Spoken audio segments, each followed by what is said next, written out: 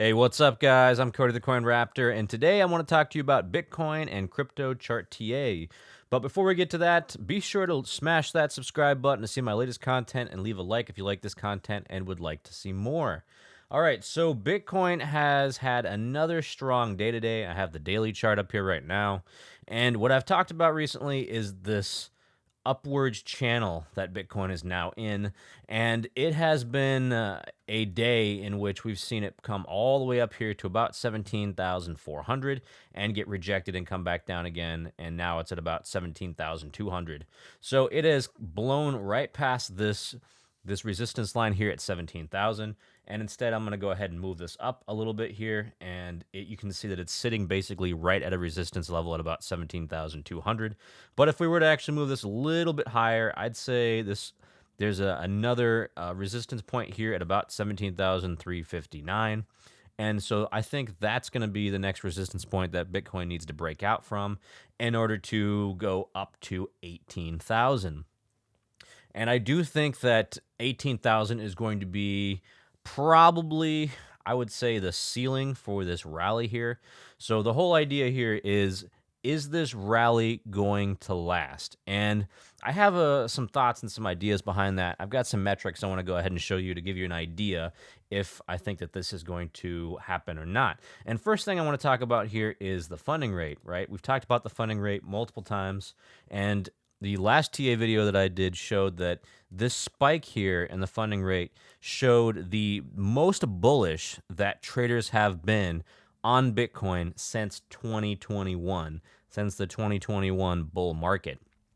And so what we're seeing here is this level of bullishness could not be sustained. And in fact, it's come down significantly since then, and it's come down to a level that's probably more in line with what we've seen over the past couple of days, right? And it's been green since about the 19th of December. So Bitcoin traders have been bullish since the 19th of December. The price has mostly moved sideways, except for this little bump up that we've seen here. That's kind of that happened after this move up in the Bitcoin funding rate here. So what that's telling me is that we're starting to lose a little bit of bullish momentum, especially with this huge push that we saw up here. Now, the Bitcoin price so far has been moving up in concurrence with the NASDAQ, right? The NASDAQ has been moving up, and Bitcoin has moved up as a result. And so the NASDAQ had a strong day, Bitcoin had a strong day today. And so one thing we can see here is that in the daily RSI, it's actually hit resistance right now at about 60 or so. And if I zoom out, you can see here that it's spent very little time above 60. Now, this is very important here because the last time it went up and touched this resistance point on the RSI, we had this huge kind of topping pattern happen in about the 14th of December. All right, now that's important because we had multiple events happening that week, the 13th and 14th of December. That whole week we had a CPI and we had the Fed, and just a ton of economic events, right? That's something else I want to talk about a little bit later. But we've had multiple events kind of push the price higher, and then that was followed by some massive selling and then pushing it lower after that in the next couple of days. So I think that we could be setting up for actually something very similar to that, because we have a very similar kind of run up like we did here in late November, where you have a very strong uptrend, and then it reaches a point eventually where the sellers step in and they just pull the price down dramatically. And so I think that we're probably going to see a very similar situation happen this time. We might even get back up to about 18,000 or so, but then I think we're going to get pulled back from that point. And that's especially true if you take a look at that daily RSI I was talking about, because Bitcoin barely spends any time above 60 right now, and it's hitting its head right at that resistance point. Okay, this uptrend here has lasted certainly longer than I thought it would, but I still think that the bearish thesis is still in place, and until we see an even stronger breakout from this point, like a stronger breakout in RSI, that would definitely point towards a long-term trend change. But so far, we haven't really seen that, and I continue to monitor this and see how things are going to hold up. But I do think that so far, I think that we're gonna probably come back down again. We might have a little bit more to rally, like I said, up to about 18,000, but then I think we're gonna probably wind up seeing a strong pullback after that. Now, one other thing I want to talk about is this Bitcoin wallet. This is Bitcoin wallet. Previously was number 3. This is the largest privately held Bitcoin wallet in the world. And so this Bitcoin whale actually has not been buying, and it's spent a long time.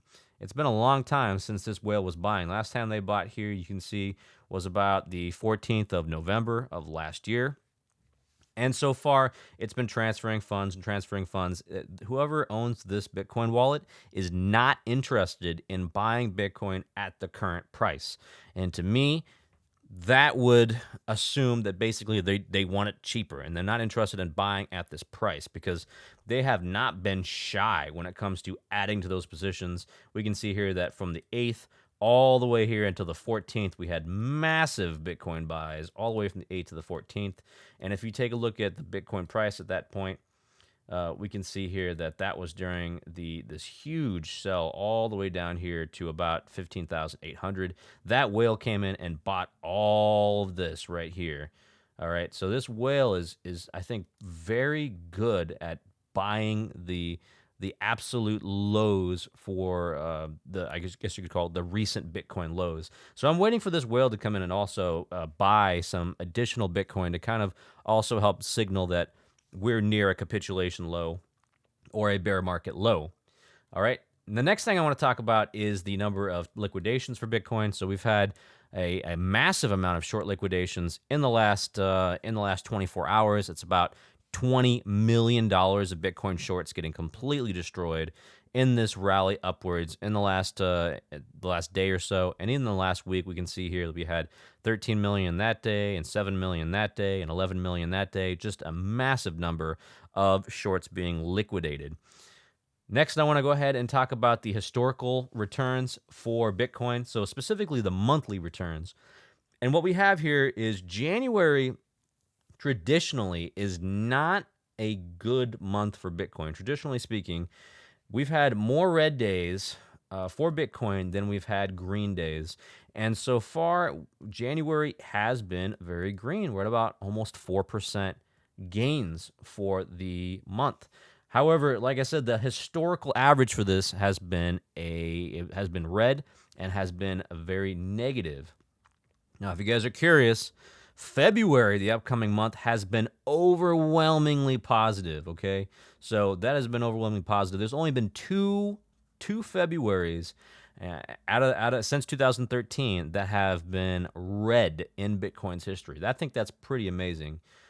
Even going back to the 2018 and 2019 bear markets here, or the 2019 bear market, it still had a green February. So I think that's something to really look forward to when it comes to the Bitcoin price.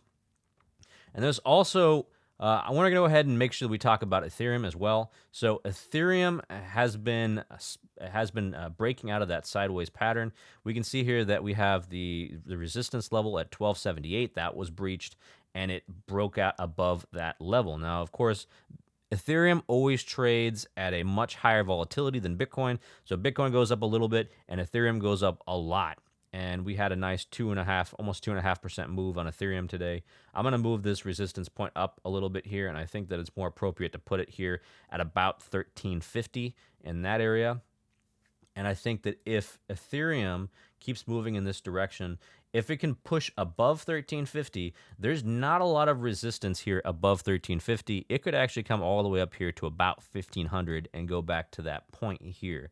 However, I'm still waiting for Ethereum to come down. And again, if Bitcoin winds up coming down, that means Ethereum is going to come down even harder. And if you take a look at the daily RSI for Ethereum, you can see that it's close to being overbought. It's at about 67.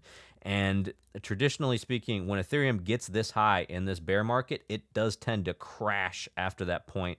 It might go up a little bit further, maybe past 70, which we've seen several times. And most notably here in October, late October, where it came all the way up to about 1662 and then crashed hard. So that's something to watch out for. Always pay attention to the daily RSI when it comes to Ethereum. It has proven itself to be a very predictive at this point for the Ethereum price. And now we're going to take a look at Binance Coin real quick. So Binance Coin, Still about 63 or so RSI on the daily, and we're going to go ahead and move this resistance level up because it also broke out as well, and we're going to move this up to about here, so we'll call it 283, and the support level is still going to be down here at about 240, 239. So the way I see it is that Binance coin is going to be moving sideways. It seems like it's not in any hurry to get anywhere. There's a lot of overhead resistance, not just here at about 283, but also you can look at something here like 305, 300, around 300 or so, because that's a nice round number. And then above that here at about 317, and above that about 360. So there's a lot of overhead resistance for Binance coin. All right. Now, the absolute last thing I want to talk about here is what's going on for the week. And this is another week in which we find ourselves with some important events going on here. So Monday, which is today, we had New York Fed 1-year inflation expectations. Tuesday, we have the Fed chair actually speaking in Sweden. That could potentially add some volatility.